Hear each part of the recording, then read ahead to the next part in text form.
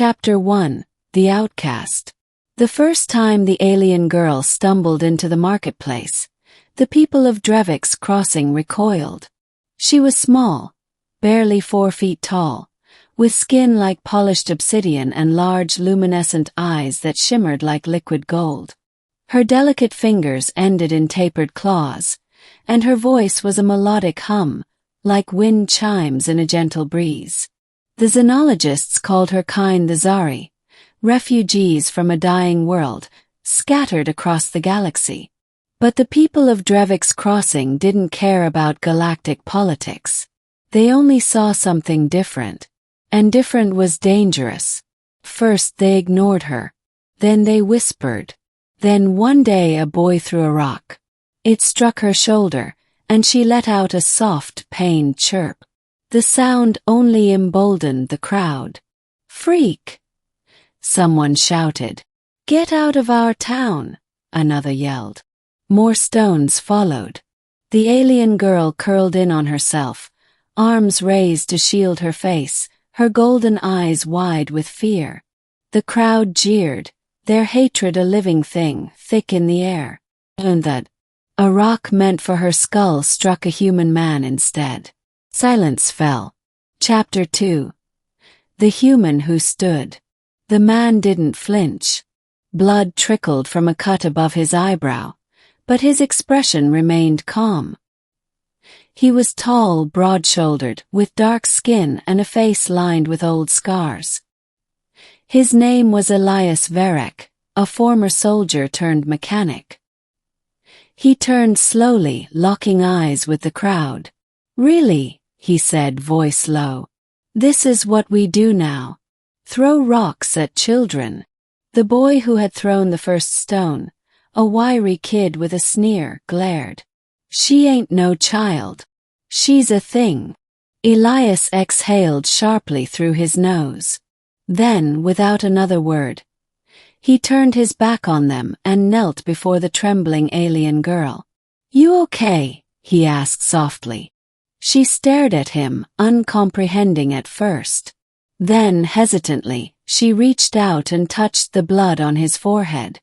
Her fingers came away stained red, and she made a distressed clicking noise. Elias gave her a tired smile. "It's all right. Doesn't hurt much." The crowd muttered, some shifting uncomfortably. A few still gripped stones, but none dared throw another. Elias stood, offering the girl his hand. "Come on. Let's get you somewhere safe."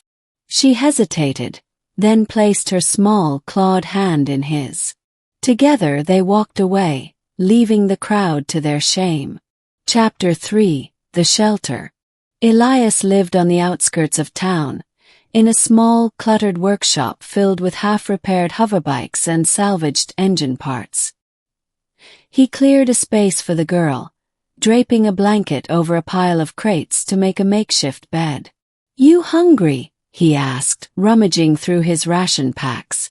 She watched him with those huge golden eyes, then nodded. He handed her a protein bar. She sniffed it, nibbled the edge, then devoured it in seconds. Elias chuckled. "Guess that's a yes."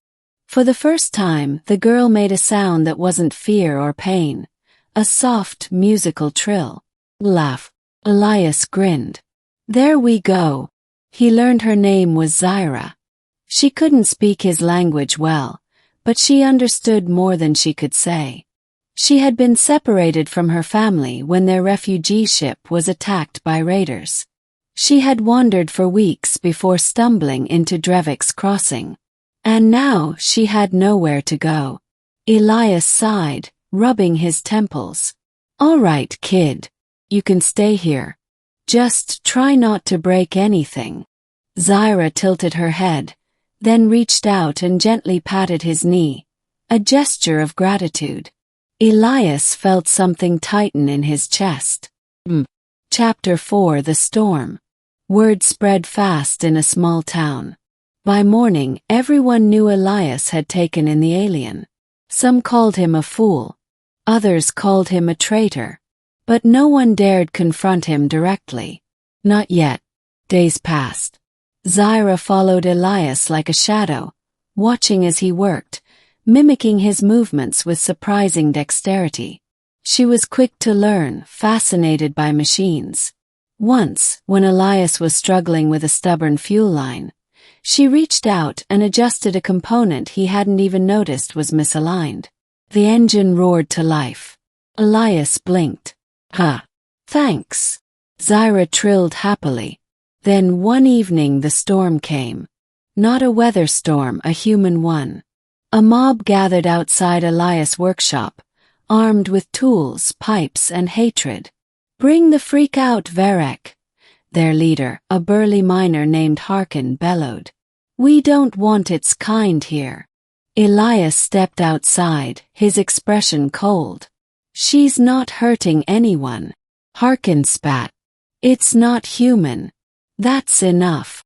Zyra peeked out from behind Elias, her golden eyes wide with fear. The crowd surged forward. Elias didn't move.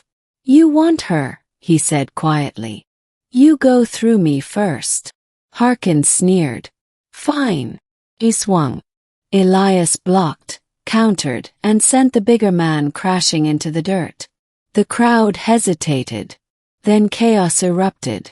Chapter 5: The Stand. Elias fought like a man possessed. He had been a soldier once, and though he had left that life behind, the training never left him. But there were too many. A pipe struck his ribs. A boot slammed into his knee. He went down, gasping, blood in his mouth. Zyra shrieked, a sound of pure anguish, and rushed to his side. Harkin raised a metal bar, grinning. Last chance, Verek. Hand it over. Elias coughed, then smirked. Go to hell.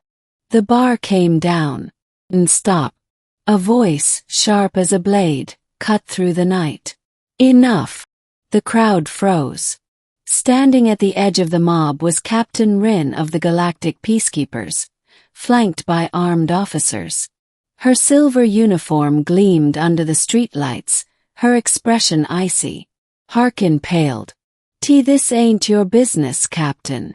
Rin's gaze flicked to Elias, bleeding in the dirt, then to Zyra, trembling beside him. Oh, she said softly. I disagree. Chapter 6. The Aftermath. The mob scattered under the Peacekeepers' threat of arrest. Harkin and his ringleaders were hauled away, cursing. Rin helped Elias to his feet. You're an idiot, she muttered. Elias grinned weakly. Yeah, well, it's a habit. Zyra clung to his arm, her golden eyes filled with tears. Rin sighed. The Zari refugee ship was intercepted by pirates. We've been tracking survivors. She's one of the last. Elias' chest tightened. Her family. Rin hesitated. Then gently. Gone. Zyra made a soft, broken sound. Elias exhaled, then knelt before her. Hey, look at me. She did. You got a choice now, he said. You can go with them. They'll take care of you. Zyra's grip on his sleeve tightened. Elias swallowed. Or, you can stay with me. She didn't hesitate. She threw her small arms around his neck, burying her face against his shoulder. Elias held her close, his voice rough. All right. Then that's that.